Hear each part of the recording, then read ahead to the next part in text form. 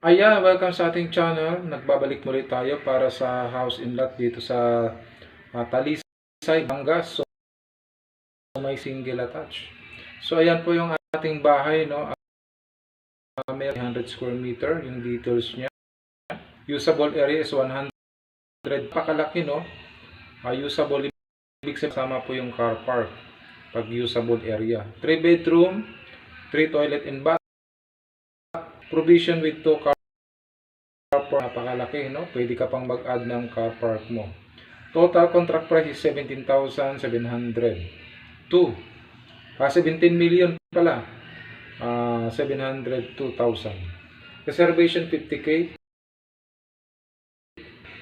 So napakaganda ng bahay na to dahil maraming mga view dito, no? Lalong-lalo na yung sa Taal. Yan po yung kanyang mapa. So ayan, pabilisan lang ito, no? Palace in the Sky, malapit right. Oh, yan, no? Napakabilis lang.